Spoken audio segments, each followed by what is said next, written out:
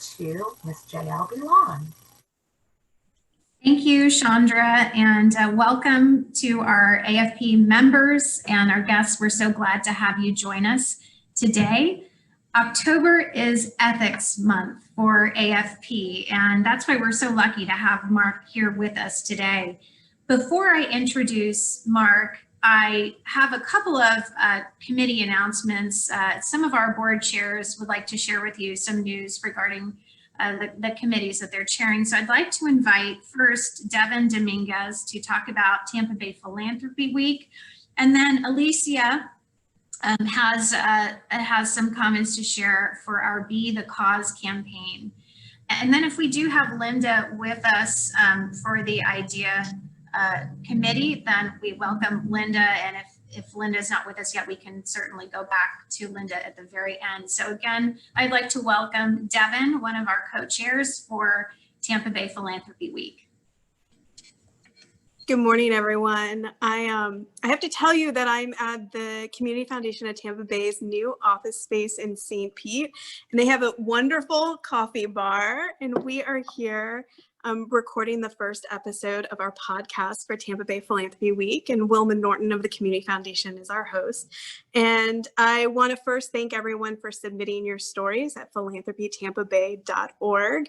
You can continue to submit stories now through forever. The website is up and running. The only difference is that there was a deadline, October 12th, to submit your story to be considered to be produced as a video created by WEDU PBS. That deadline has passed, but anyone can still continue to submit your story.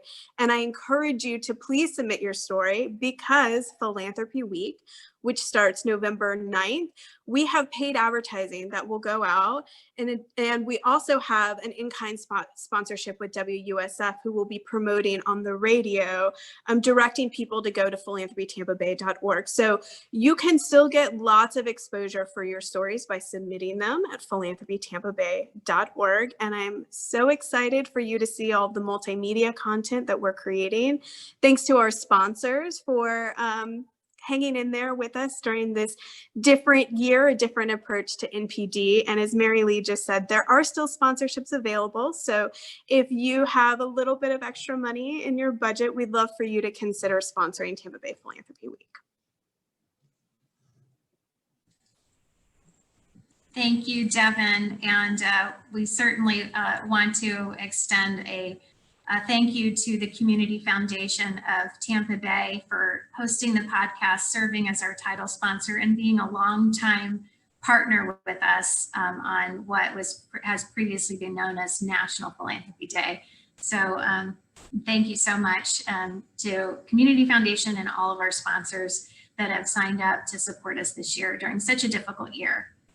Alicia, are you available now for the Be the Cause campaign? I am. So I wanted to share some exciting updates and share some of the impact. So of course, you still can contribute to Be the Cause. If it's something you're not familiar with, I'll put my contact information in the chat, but would love for you to consider. It's a way for each of us to give back and support each other. And so already in 2020, I wanted to share that this is across AFP Global. We have awarded 59 Chamberlain Scholars and 5 diverse community scholarships that went towards the ICON virtual conference that was earlier this year.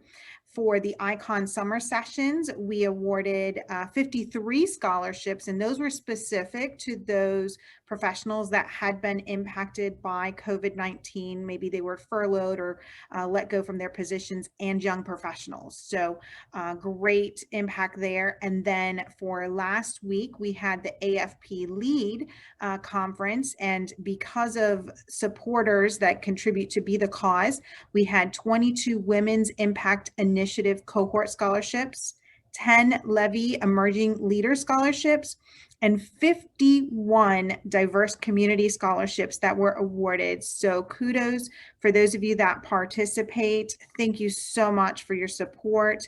If it's something you haven't contributed yet, it's there's still time to do that.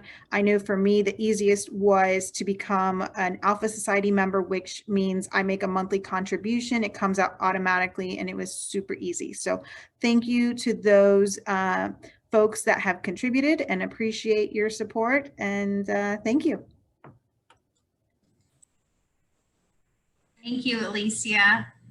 And I don't see that we have Linda on with us at the present moment, so I'd like to go ahead and introduce Mark Hefter. Mark is a taxation, estate and financial planning, corporate and nonprofit finance, plan giving, major gifts, fundraising strategy, ethics, and nonprofit law and governance experts. Mr. Hefter has also served the Association of Fundraising Professionals in several capacities. Currently, he is chair of AFP International Ethics Committee. Please join me in welcoming Mark. Thanks very much for that introduction, and thank you all for being here. It's a pleasure to be with you this morning. I've been doing a great deal of this speaking about ethics this year in my position as chair of the Ethics Committee, which I have the honor and privilege and pleasure of leading this year and next. And to say it's been an extraordinary year for ethics is somewhat of an understatement. We have seen an unprecedented interest, not only amongst the AFP membership, but in the nonprofit community in general in ethics. And I've been involved with ethics for well over 30 years. And for the first time in my life, I don't have to make the case for ethics. Most people traditionally, when you start talking about ethics and fundraising, say, what do we need to worry about that for? We're not crooks. We're honest. We're actually the good people. We're helping save the world, or at least a little part of it. So what do we need to worry about this for? And one thing that this year has taught us, if nothing else, is that ethics issues come up even when you're trying really hard to be good, and they just come up because life has a way of doing that kind of thing to us. And so we've received a large number of questions and interest and expressions to do speaking like this. And I'm glad that people are focused on it. To me, ethics strikes at the very heart of fundraising. There's a lot of talk in the world about why people give to nonprofit organizations, to charities. I think it all comes down to their values. They want to support what's important to them. And if you are interested in supporting your own values, you want to give to organizations that align with your values. And the best way to show what your values are to someone is to enunciate what your ethics are, what your values are. Make sure that they're public. Make sure everybody understands what you stand for, and then live by those ethics. And so that's why I think there's been a lot of interest in this. The events of the day, things that have been in the news, have also given rise to this. And again, it's given us a lot to do with the Ethics Committee. And before we talk about some of the issues that people are talking about, which happen to be some of the issues that you all raised, I know your leadership asked some of your membership questions about what you'd like to hear about, and we're going to talk about those things.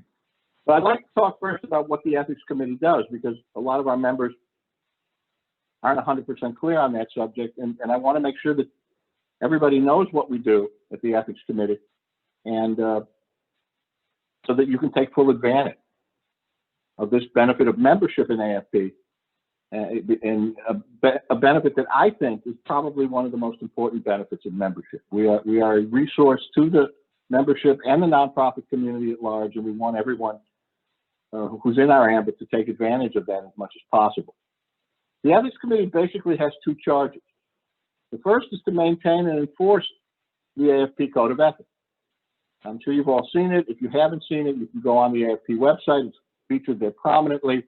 You get it every year when you get your membership dues notice.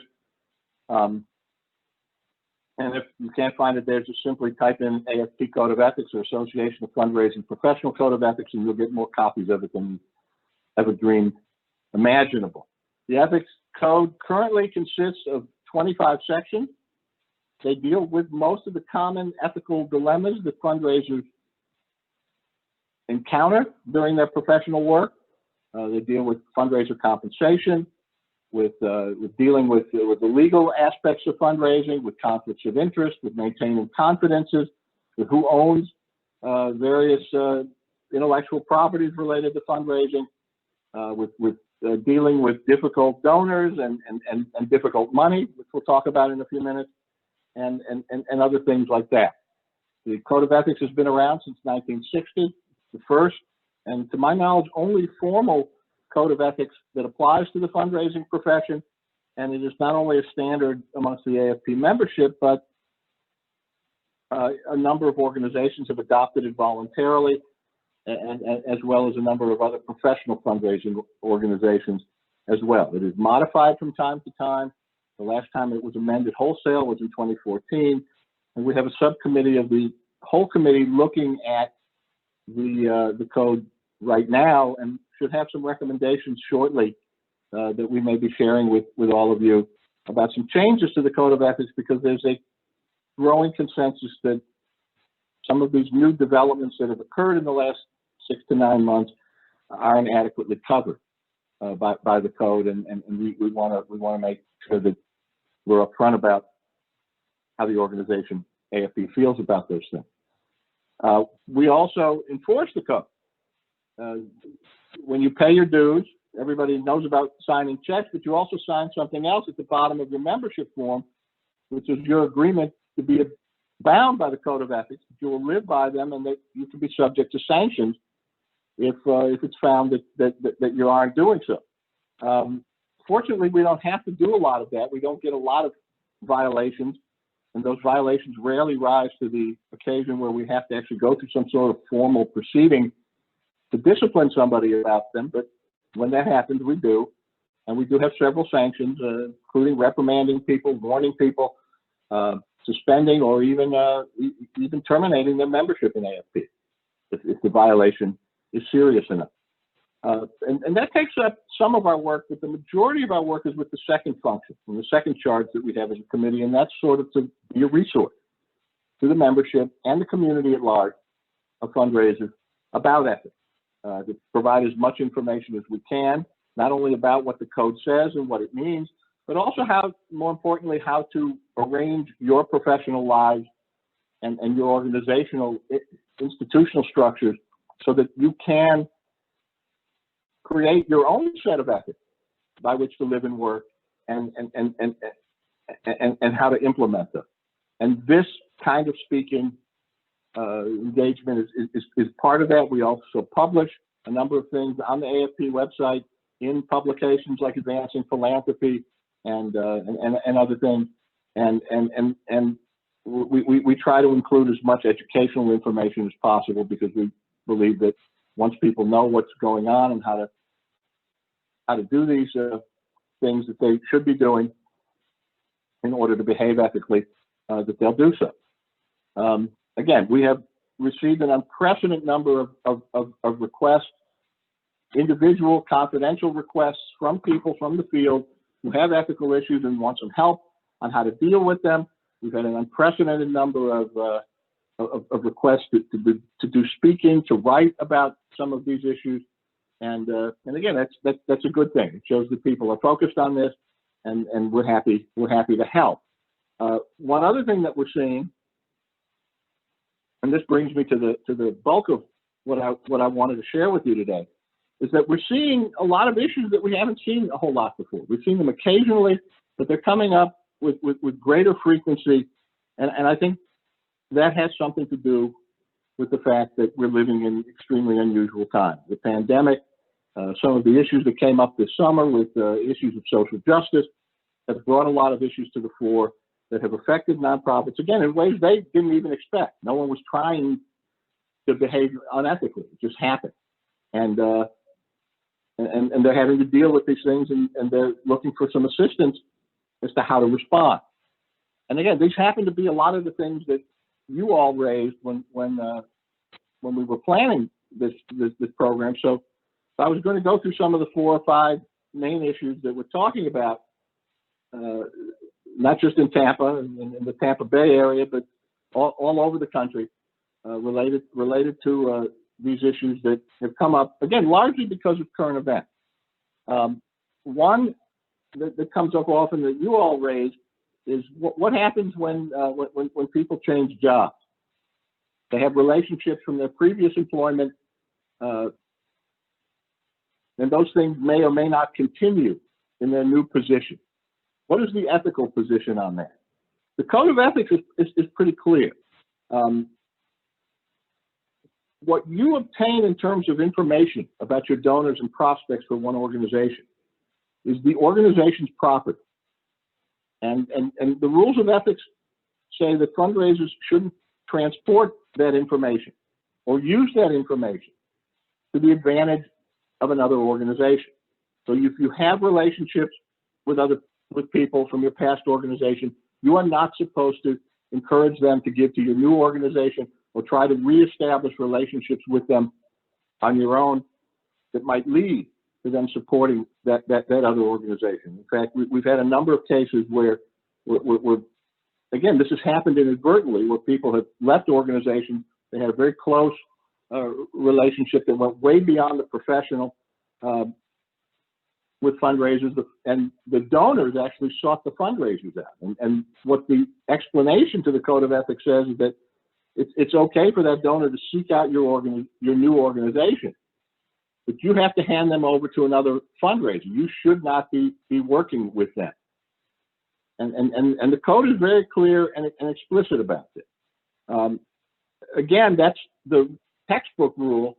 It's a little harder to enforce and maintain that rule in practice, because what happens quite generally is that fundraisers understand this. They say, you know, those people are now off limits to me, and I'm not going to essentially misappropriate that information and those confidences in that relationship to a new organization. But the donors come and seek you out. What happens when, through no fault of your own, somebody shows up on the new organization's doorstep and says, well, I know I was working with so-and-so and I liked them and I enjoyed working with them, and I'm supportive of your organization. How do I get involved with the new group? And again, the answer is that that's okay, as long as you are not the person who maintains the principal relationship with that person. Another rule that applies is that this only applies to people with whom you have an existing relationship. Lots of people, most people, give to more than one organization. And if it turns out that you come across someone from your old organization with whom you did not have a relationship, you may not even have known them, there's no prohibition in the Code of Ethics that would say you don't have to, or you can't deal with those people. You can. And here's a case where, as in most cases, applying the rules of ethics are very, very dependent on the specific facts of a particular case, and very small differences, almost innocuous differences, in fact, could lead to a very different result. So again, on the one hand, if you have the relationship, if you encourage the relationship to continue with your new organization, that's a no-no. But on the other hand, if you don't have a relationship and they come along and they work with you anyway, that's quite okay. Again, as long as you didn't initiate it. The less you play a direct role in initiating that new relationship with your new organization, the less likely it is a violation of the Code of Ethics. The more you separate your personal relationship from your professional relationship, the less likely you are. That's a theme that comes through in a lot of fundraising ethical questions. What is the nature of your relationship with your donor? We're going to talk about that a little bit more in a few minutes in one of the other questions you asked about uncomfortable conversations with donors. But before we do that, another question that comes up.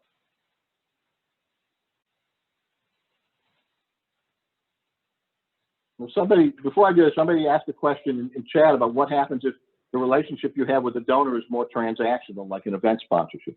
The code makes no distinction between the kind of relationship. A relationship is a relationship. And if a donor sponsored an event, for example, or some program at your old organization, and they want to sponsor that's a similar event with your new organization, and they're doing so because of their relationship with you or because of something that you did to further that relationship with the new organization, that is a violation of the code of ethics.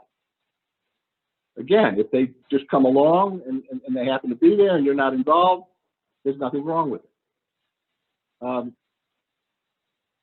Moving forward, we get a lot of questions these days, especially in the context of social media, about what happens when someone who's involved with your organization in some way says something that has nothing to do with your organizational life. They can put a post on Facebook or on Twitter. It has nothing to do with your mission. You're an animal rights organization, for example, and they say something about some of the social issues that have come up recently regarding policing or fair treatment of people based on their race or origin or something like that. It has nothing to do with their organizational life. They don't even identify themselves as being involved in your organization. They say this personally. It gets on social media, it becomes viral, people find out, they then find out later that they have some relationship with your organization. What do? First of all, is that a violation of the code of ethics? And this is one area where the code of ethics isn't really clear about who it applies to and what kind of behavior it applies to. And it's one of the things that this subcommittee is looking at. We found that when we studied the code in light of these questions, that there really wasn't an answer. This is as much a management or an institutional issue as much as it is an ethical issue. But it's one that's coming up with incredible frequency. And again, I think if the last 6 or 9 months have taught us anything about the world, is that there is no such thing anymore as the separation between the personal and the organizational or the professional. So to answer this question, I would ask you all, and you can put your answers in chat, a couple of questions. First of all, do your organizations have a policy on social media posting? Do you all say anything about that? Do you tell people about it? What they should and shouldn't put on social media? Or what they should or shouldn't say in public?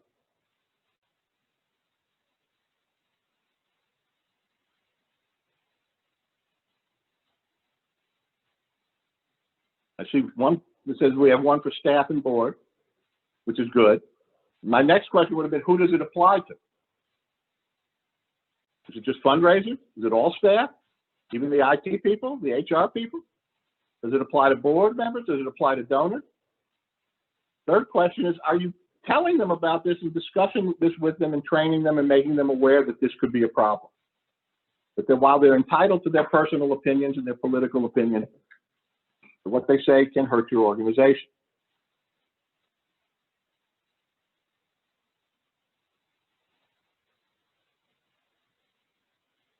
And this happens in innocuous ways. A few weeks ago, I got a call from a funder, someone who represents a foundation. And they saw something that I'm sure was a joke. And to me, harmless, but it really bothered them. They saw a picture of a beach scene. I think it was in Florida, maybe on the other coast of Florida. And a fundraiser for an organization that they were funding, making a snide or joking kind of comment, well, I sure do like this working from home gig. And they started asking, well, what are we supporting here? Are we giving grants to this organization so that people can go to the beach?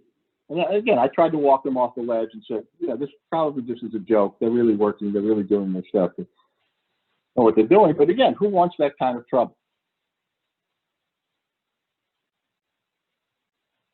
The moral of the story is that every organization, especially in this day and time when everybody's posting online and on social media, everybody's saying things about controversial issues, and the country is divided pretty much down the middle about all of these issues. Every organization should have a policy about this. What the policy should be, I usually get a question at this point in chat, do you have a form for this? And there are forms available, both on the AFP website and on other nonprofit governance websites like the Foundation Center and the Nonprofit Resource Center and other places like that. But I would only use those as a starting point. You have to go through a process for yourself with all of your ethical policies, deciding what your values are, what is important, what rises to the level of an ethical dilemma or an ethical violation. And then most importantly, how do you handle that? Who should be having the conversations with the people who are doing these things? And how do you resolve them? And those should be explicit. They should be made very clear to all of your stakeholders. Not just necessarily employees, not just necessarily board members, but to volunteers, the big donors who are associated in a way because they have things named for them at your organization, or because they've been subject of news reports about the donations to your organization, that they need to be told, and they need to understand that the things they say, even in their personal capacity, may negatively affect the community's feelings, your reputation about your organization. Another element of this is what most people want to do when they create ethical policies and procedures is they want to stop this stuff proactively so they don't have to deal with this kind of sensitive issue after the fact. So to what extent are you monitoring, or do you have the right to monitor your constituents' social media posts and tell them to stop posting this stuff before it becomes an issue? And again, the law is a little murky on this, and the ethics code is as well. Certainly with employees, you have the right to ask your employees to see their posts. Whether you want to, whether you think that's an invasion of privacy, whether you think that's consistent with your value, is another question you have to answer. But those are things you have to be thinking through.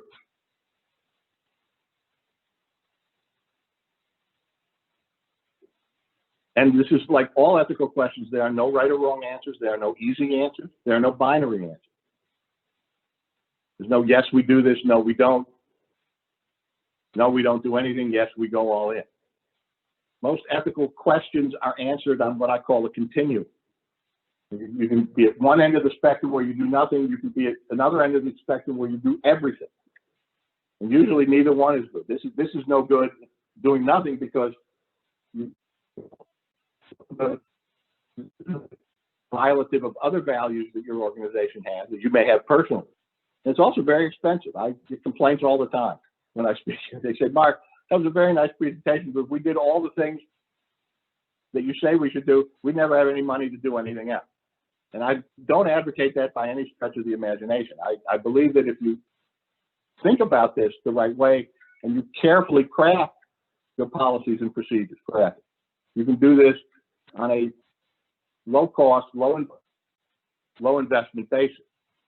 You have to invest some time and energy into this, maybe even a little money, but nothing that would bust your budget by any stretch of the imagination. This also comes up now, and again, this is something we haven't seen much of recently. This comes up now for things that happen not today, but that happened years ago, decades, centuries ago, where people who gave money to a particular organization. A long time ago, that person is long since gone. You have no relationship with their family. The money was spent a long time ago as well, but they have their name on a building or on a program. And then it becomes wide knowledge that that person has views that a percentage of your community finds offensive or triggering in some way. The most egregious example of this in terms of time is the case, it's not a nonprofit case, but it's a case of Christopher Columbus, who when I was a kid was a hero to every school child in America. Now, not so much. And whatever you think of the guy personally is irrelevant. He's been dead for over 500 years. And it raises the issue of how hard it is to plan for these things, that people's reputations change and that new facts come to light. And your policies have to include what happens to someone who does something that was perfectly legal and perfectly acceptable, say 200 years ago, 50 years ago, or 2 years ago, suddenly becomes a social pariah because the attitudes of people have changed, or the way they deal with these kinds of things change. And sometimes the only way to deal with these things is to disassociate yourself with people, with these individuals. You don't want to be on the phone all day having what I call those how could you calls. How could you be associated with this person? How could you take money from a person who feels that way? How could you put that person on your board? You've got more important things to do with your time, certainly much more pleasant things to do with your time, and have those difficult conversations, especially if these things happen not only before you were there, but before you were born. But these are the times we live in, and these are the things that nonprofit managers and nonprofit leaders have to be thinking about in these days. And that leads us to the next question that you all raised, and it deals with tainted money. Tainted money is an old question, and it used to deal only with the very literal notion of tainted money. What do you do with money that was obtained by illegal or distasteful means? And again, here the code of ethics is in perfect concert with the law. It isn't always, but here it absolutely is. If you receive money from a donor and the donor got it illegally because they stole it or because they defrauded somebody or because they engaged in some sort of illegal conduct, you've essentially received stolen goods. And if that fact comes to light, you have to give the money back to its rightful owner. That's tough for fundraisers to do. That's one of the cardinal sins of fundraising. You never give money back once it's given. But in this case, again, this is not just an ethical thing. It's a legal thing. You have to do it. The other question is what happens when the money is perfectly legal, but it was obtained by means that either at the time or now, later, becomes distasteful to a sizable majority or even a sizable minority of some members of your constituency. Again, some of the oldest universities in the United States are dealing with this issue right now. Most of them were started with contributions from wealthy individuals who were involved in the slave trade 250 years ago or more. And this was never a secret. It's come to light in the last 10 or 20 years. And at the time they engaged in that sort of business, it was legal. It was enshrined in the United States Constitution.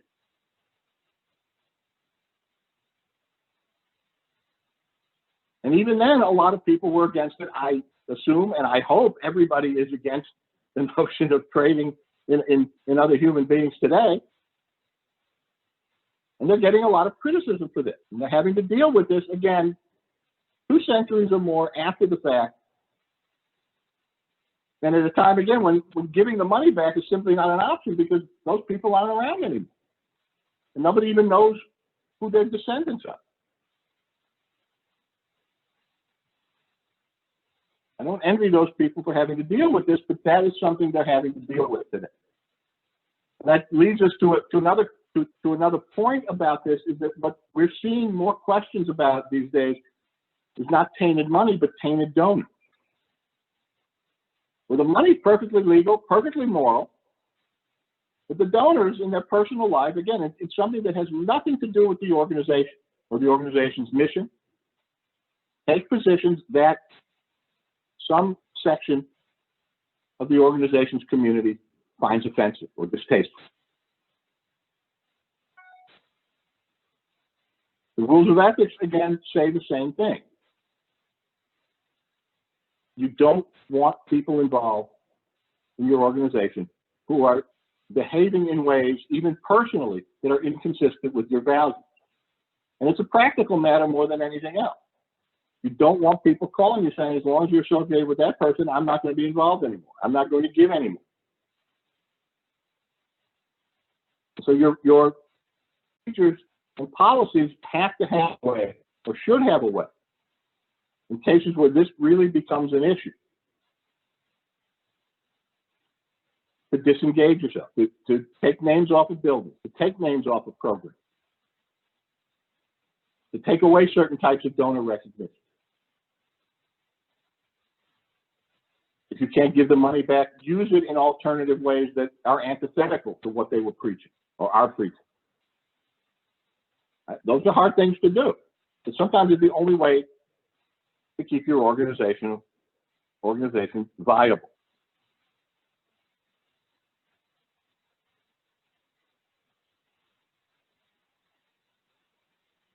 I'll ask you another question. How many of you all have policies about that?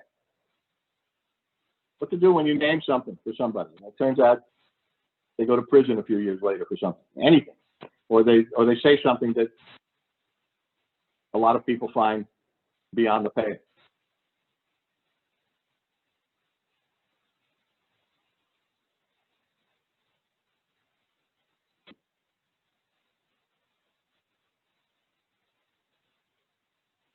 I'm not getting anything. I think in this day and age with cancel culture, it's really dangerous not to have any kind of policy about that at all. And as you can tell, I'm a huge believer in policy. You should be thinking about these things before they happen, and then make sure you're enacting those policies and enforcing those policies on a completely fair and unbiased basis, so that everybody knows that I'm not treating you special. This is the way we treat everybody. This is just our policy. We're doing this to protect the organization and its good name and its reputation and its cause and its value. The answer to the question is yes, there is a sample code of ethics on the AFP Global website. You can find a dozen others. Again, simply Google sample code of ethics for a nonprofit organization, for a charity, for a foundation. You'll find a million of them. Again, I want to caution, I would use those only as a starting point. I see so many organizations, they go online, they find something, or they ask someone they used to work with who works for the organization down the street, do you have one of these? They take it, they run it past the board says that's okay, let's adopt it, and then it turns out it's all wrong for this organization. This is not a one-size-fits-all business. You have to tailor your ethical practices to your specific set of values. And again, not only what it is you're trying to minimize, but the basic question, what rises to the level of an ethical violation? There are a lot of people who think, everything I disagree with is an ethical violation. That's just not true. People are entitled to have different opinions.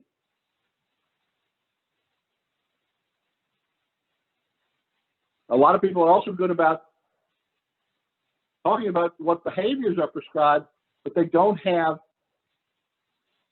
a methodology for resolving these issues, for talking to the people who are doing these things and finding a way to change their behavior or disengaging from these people if they can't change that behavior. And there are a lot of people who believe fundraisers should be involved in those discussions. I'm one who absolutely disagrees with them. The cardinal rule of fundraising is you don't engage in difficult conversations with people unless you absolutely have to.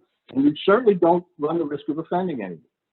And even if you call someone out, and even if you're justified in calling them out, they're not going to like it.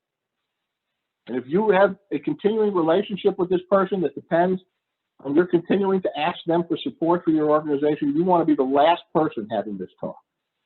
I believe these talks should be had at the very least at the highest executive levels possible, and more preferably at a peer level. If you have a board member who's doing something, that person should be talking to another board member, another volunteer, another donor. You shouldn't put the staff in the position of having to be the bad guy or the bad gal about this.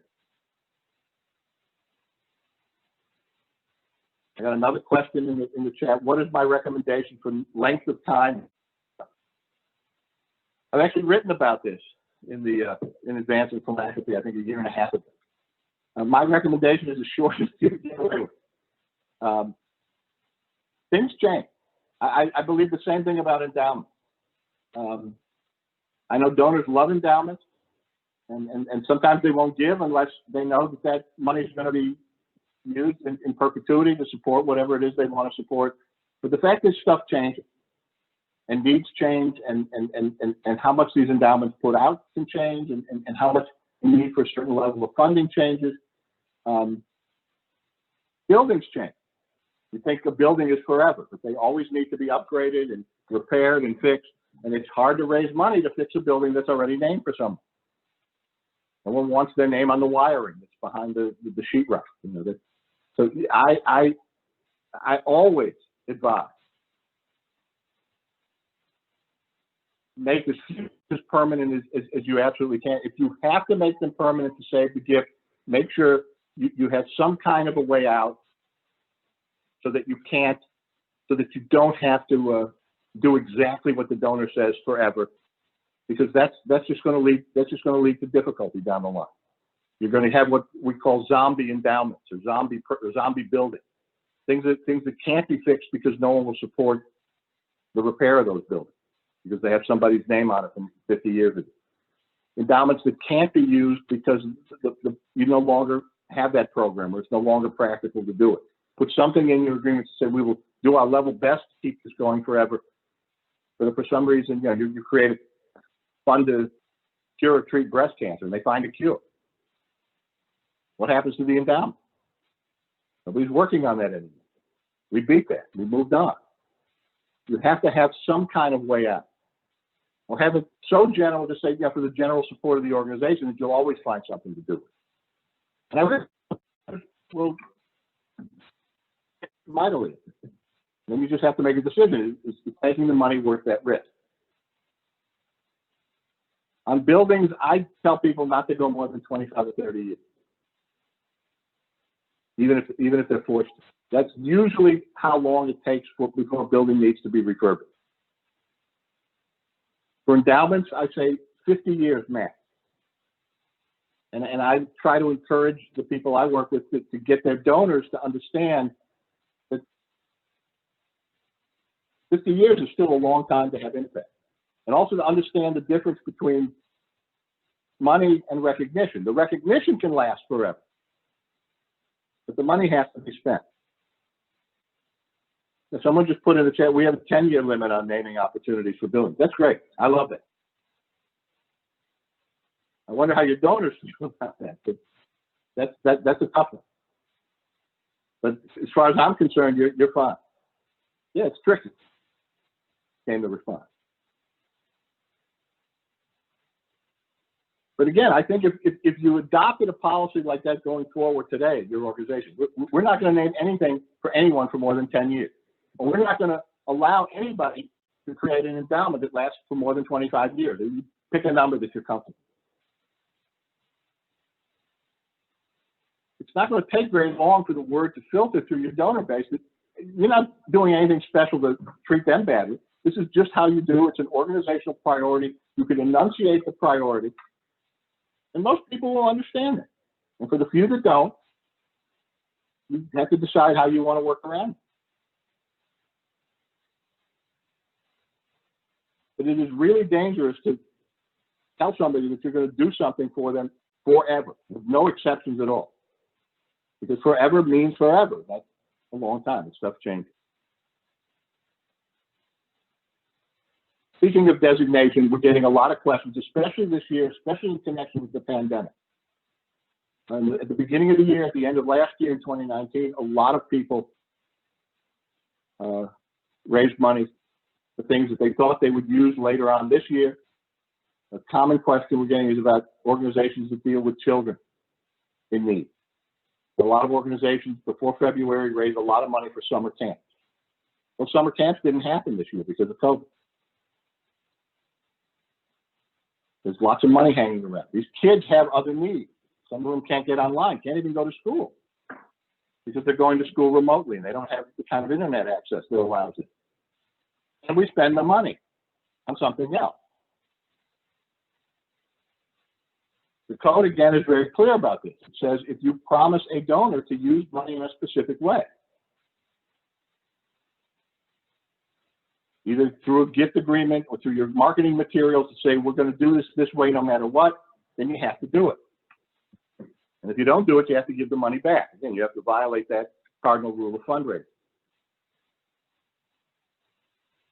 There are several things you can do. You can ask the donor or the donor for permission to use the money alternatively, but you're at their mercy. If they say yes, fine. If they say no, you're stuck. If the donor's not around, sometimes, again, with endowments especially, endowment works fine for 50 years, and then suddenly that program doesn't exist any longer. And you're committed to using that money for that program and nothing else. You'd like to go ask the donor, but the donor's gone. You haven't kept up with the donor's family. In most states, including Florida, there are proceedings and provisions in the law that allow you to go to court and seek an alternative use.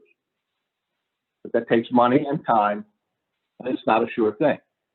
Again, like most ethical issues, the best way to deal with this is proactively, so I'll answer the question again by asking you, how many of you have policy in your gift acceptance or some other policy about what happens in this situation? And a subsidiary question, how many of you make these kinds of promises so that we're going to do this, we're going to use the money for what you want it to be used for, no matter what?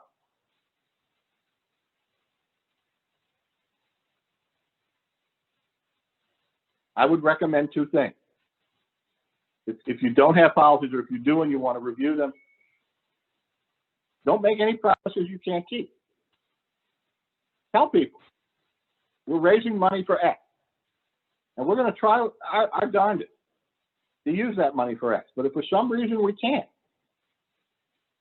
we'll use it for something else that's in keeping with our mission and that you probably support anyway.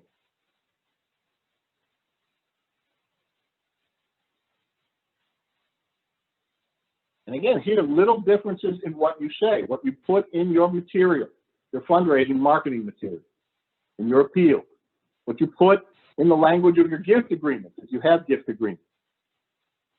Even gift agreements as simple as a simple pledge letter.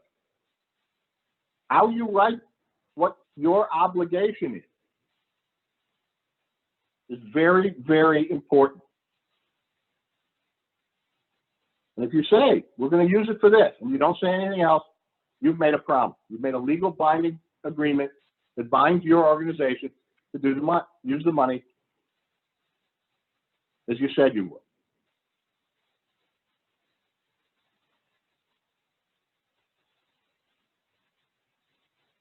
You have to be very careful about how you say this and try to create the impression that we're going to do this, but if for some reason we can't, we're going to keep the money and we're going to use it for something else worthwhile that's in keeping with our mission. You can list those things, give examples, or you can leave it vague.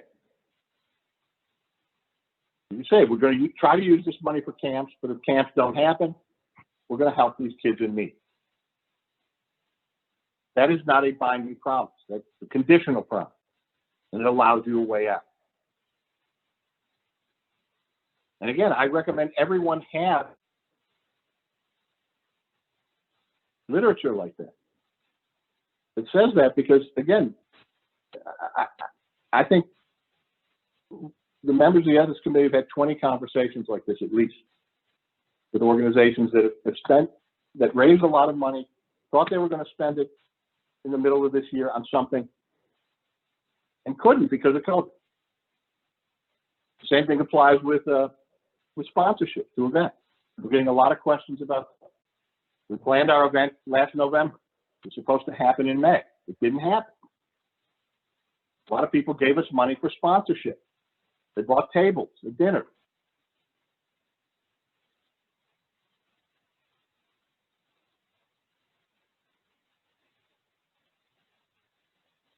You don't want to give that money back. What can you do? You're obviously going to talk to these people. Most of them, hopefully all of them, are still there.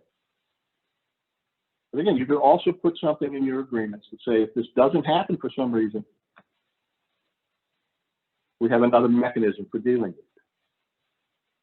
And as someone pointed out in chat, we're strengthening our policies because of scenarios like these. Our previous policy was too vague.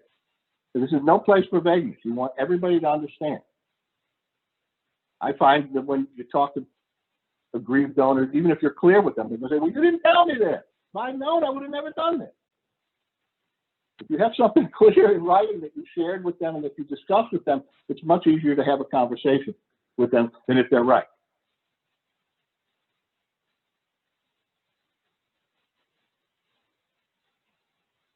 And that underscores, again, another basic rule of ethics. When you have policies like this, make sure everybody knows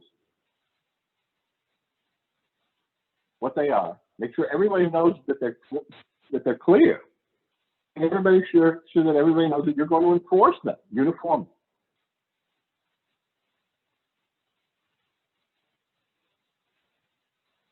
I like some of the comments in chat, what people are doing. Someone said they created a buoyancy fund. Allowed them to convert their gala sponsorship into an unrestricted gift to keep the organization going, it sounds like. It was well received. I think most people give because they want to support you. But there are some people who, yeah, they want a scholarship for a redheaded stepchild from Romania, and nothing else will do. And you just have to deal with it. But most people will say, you know, they'll understand. You caught a bad break. We had this terrible pandemic. Things have changed. There's still need. We still think these kids need help, or these people, whatever it is. Keep the money. Do good with it. These are not fun conversations to have, but they usually end up much better than you think they would. Speaking of conversations you don't want to have, someone also asked, well, what do you do when a donor brings up politics?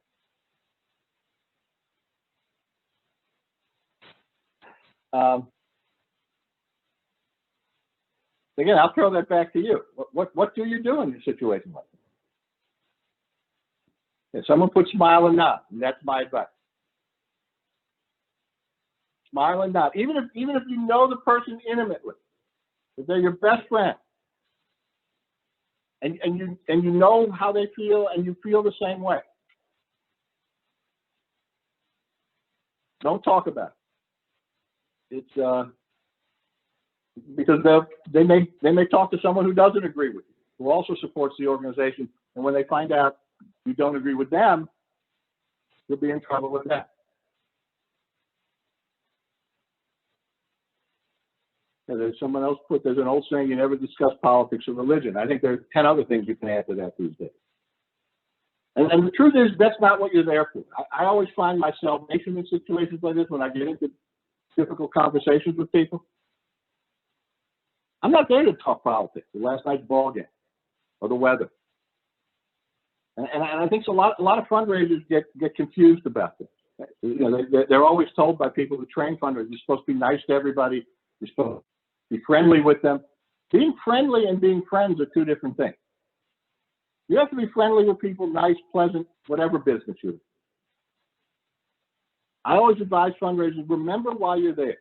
And we're talking amongst ourselves, so I can say this quite bluntly. You're there to separate these people from as much of their money as they're willing to give. And anything that gets from there, that is counterproductive. And so I always advise fundraisers to keep the personal out of it as much as you can. I mean, some of it's going to come in. You have to ask how the family is and how they're doing, and have some chit chat to break the ice. But once you're in past that, which shouldn't take more than a few minutes, you're there to talk about their gift, about the possibility or the prospect of their gift. And the best fundraisers I've ever seen always keep that top of mind. They make sure that the person understands from the outset. I'm not here to be your friend. You hear all these fundraising training. Make the person fall in love with you. Well, fundraising, the worst one, fundraising is just like dating. Have you ever met one of your donors you'd like to date? I don't know where that comes from. That's not what it is about. It's about raising money. So make sure they understand. That's why you're there. That's why you're seeing them. Also make them understand you're busy, they're busy. You're talking to them every minute. You're talking to them about politics. You're not answering the 6 questions they raised to you that you came to see them about in the first place. And you've got 4 other meetings today and a stack of emails to answer when you get back, and then you got to go home and take care of your kids. And you know they're busy too. So let's just get down and do this, and we can move on. I think the more you keep this on a professional level, your donors will get to understand that they don't want to talk about this, or that you don't want to talk about this. There's no point in their talking to you about this. And if they insist, you tell them that's not what we're here to talk about.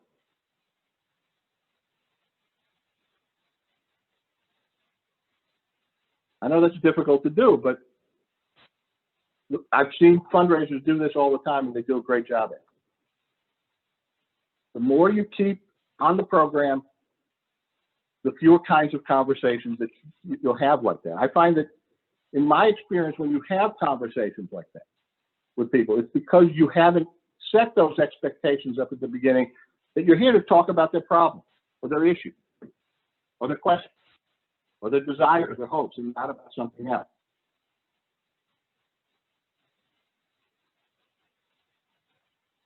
There's one last question. I saved it for last because it's the hardest one to answer. Somebody asked about how do you influence change in your own organization? And here's again one where the textbook answer is very clear. The Code of Ethics is very clear that when you sign up to the AFP and you agree to be bound by the Code of Ethics, you are essentially the keeper and enforcer of ethics, not just for you, but for your whole organization. And there have been commentaries written about the AFP Code of Ethics that suggest that you have to call people out when they violate the Code of Ethics, and that you have to disassociate yourself with those organizations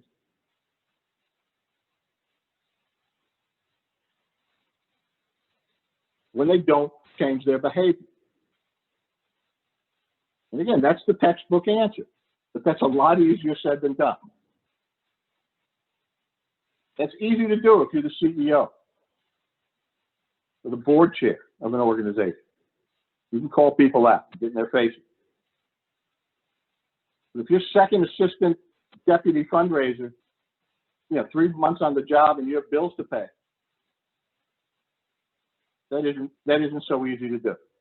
And I know there are legal protections for people that are called these days whistleblowers. Federal government has one. Every state has one. Your employers can't retaliate against you if this happens, but it happens anyway. It's not like being a whistleblower is not like being in the movie. You don't get treated like a hero. You don't get carried out of the factory on people's shoulders. Everybody doesn't love you. In reality, most whistleblowers are treated as outcasts.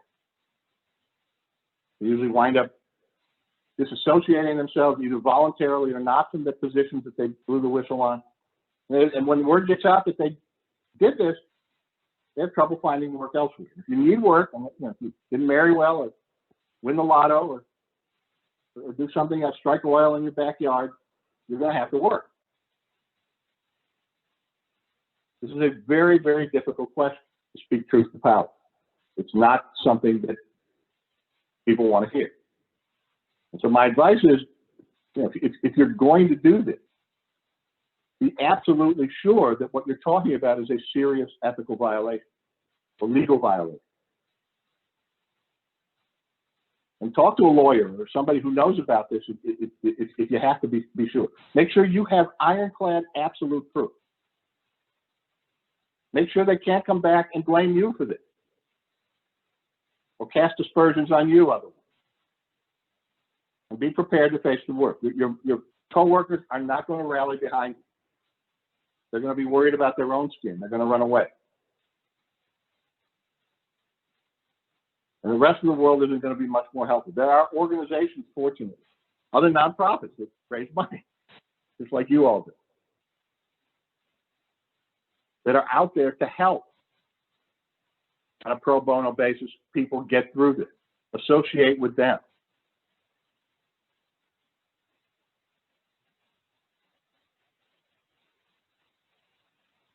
Get in touch with them if you're thinking about doing it. If you really feel strongly about this, the best position to do this from is as a former employee. If you're still working in the organization, they still have too much leverage over it. The ones that have come out the best in this, in my experience, and there aren't many, but the few that have, quit first, then blew the whistle, took their medicine, moved on, and became productive somewhere else. And again, remember, this code applies only to serious ethics violations. The fact that you don't agree with it or don't like it or think it's wrong for you personally does not mean it's an ethical violation. You've got to be sure of that.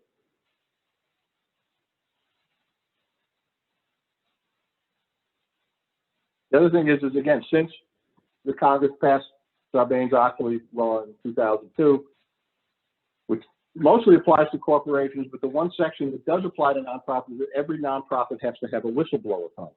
So your organization will have one.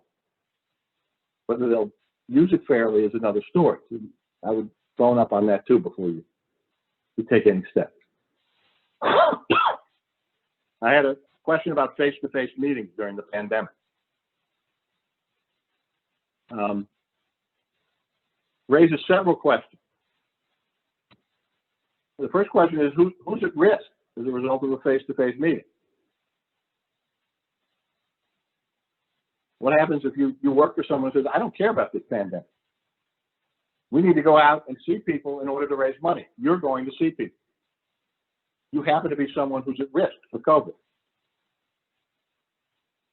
Or you live with someone who's at risk for COVID. So you may get it, a mild case, non-symptomatic case, that you may infect your grandmother who lives in the same house. You may have a much more serious case.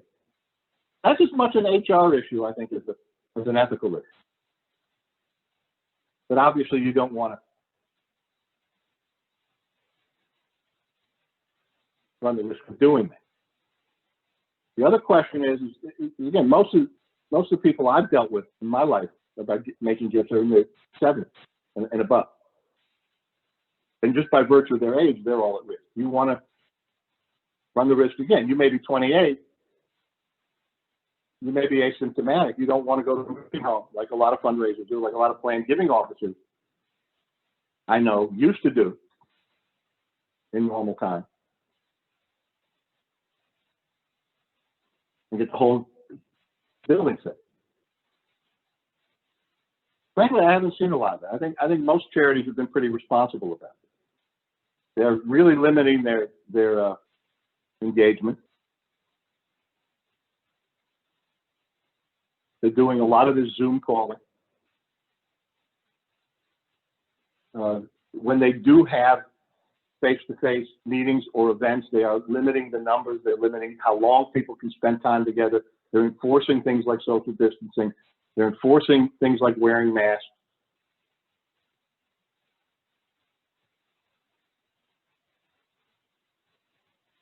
And again, I feel for you if you're in a situation where you work for an organization that doesn't believe in that. I'm sure there are some.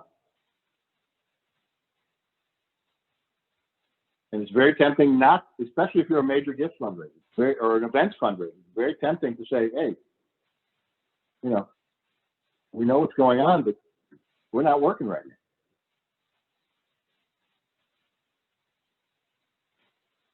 But there's very definitely an ethical dimension to that. That's the question. Raises. You're talking about not just your health, not just your donor or prospect's health, but public health and safety. Another question. What do you recommend for estate gifts that are unrestricted? Keep them that way.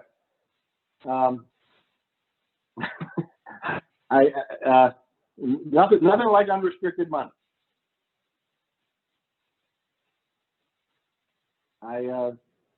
Also, should an organization put these funds into their investment for future use, or should they be used for general operating expenses? They can be used any way you want. They're unrestricted. The only restriction on unrestricted gifts is that the money has to be used in furtherance of your charitable purposes. And that could be for anything, to pay for overhead or whatever they're calling it these days. The board can restrict it, use it for a specific project. The board can create an endowment with it and spend only the interest. The good thing about that is once a board creates it, the board can also uncreate those things and can re-unrestrict those things. That's not something you have to worry about when you're in control of that decision-making tree. It's when the donor is in control that this becomes an issue, because then you can't do anything without their permission.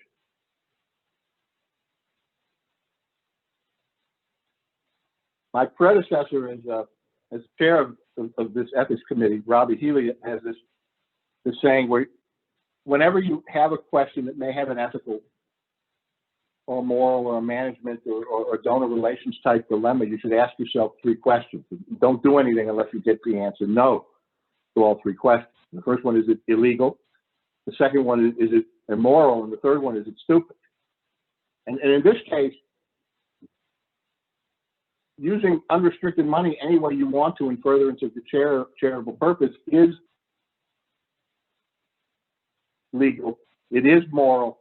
It may not be the brightest thing to do, to spend several hundreds of thousands or millions of dollars if you get a big bequest on the holiday party or you know, updating the furniture in the break room or something like that. And that's something you have to think about when somebody makes a significant bequest. This actually happened to one of my clients. Somebody left them $2 million. This is someone they didn't even know, or didn't know very well. They also didn't know this person had children.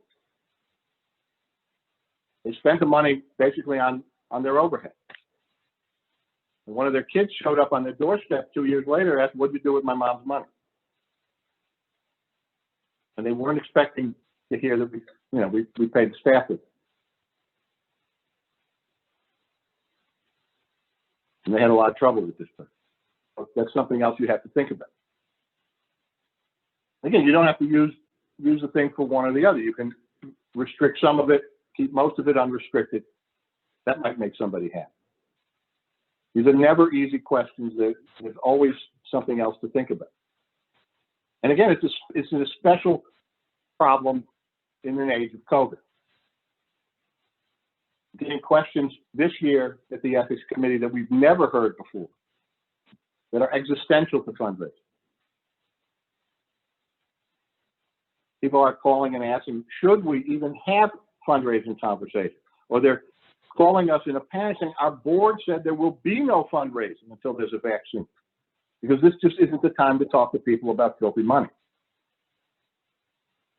And they're asking us, is that for real? I mean, how are we going to keep our doors open? How are we going to pay ourselves? How are we going to do the things that we were established to do?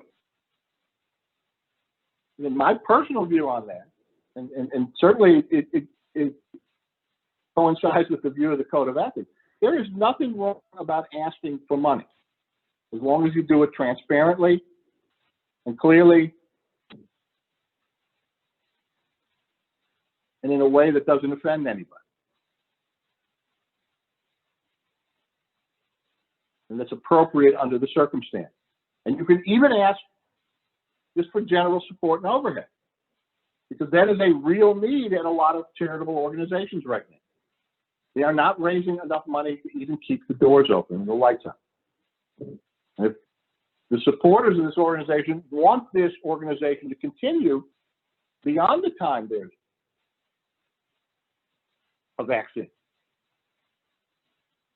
and some of this money is going to have to be used to keep those doors open and the lights on. And again, there's nothing wrong with that. Fundraising is a noble profession. It is an ancient profession, and no one should be ashamed about doing it as long as they're doing it ethically.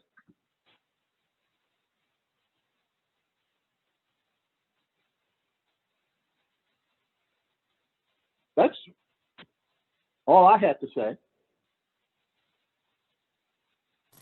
Well, I'm happy thank to you. answer any more questions that you all have, or discussion, whatever you like. I I did not see any more questions in chat. Does anyone else have anything additional for Mark? I know that this has been really beneficial. We enjoyed our prep call with him and learning all of the great information. So I'm sure that all of you enjoyed that today as well. Mark, thank you so much for being here with us today. I will make a couple of quick announcements while anyone is putting their information and questions in chat that you may or may not have. One final plug for Tampa Bay Philanthropy Week. And I share that with all of you. I'm gonna go ahead and share my screen here. I wanted you all to check out Tampa Bay Philanthropy Week. Go ahead and go to philanthropytampabay.org. There is information on our week of exciting, an entire week of recognizing our nonprofits in our community and all the wonderful things that they are doing. So thank you again to our presenting sponsor, Community Foundation of Tampa Bay, as well as our media sponsors, WEBU, WUSF, and then our latest sponsors, Lion's Eye Institute, and then we just had NPEF Health also sign on as a sponsor. So thank you to all of our sponsors. Please be sure to check out that website and find out additional information on Tampa Bay Philanthropy Week. And lastly, Be the Cause. Alicia put some information on that initiative in the chat. Visit our website or AFP Global if you would like any additional information on that. Thank you, Mark, again for being with us. Our next program, November, is Tampa Bay Philanthropy Week, and we will have a webinar available that in the month of November as well. And then December will be our last program virtually of the year. So please check the calendar. Everyone be well, stay safe, wash your hands. We'll hope to see you soon. Thank you. Thank you again, Mark.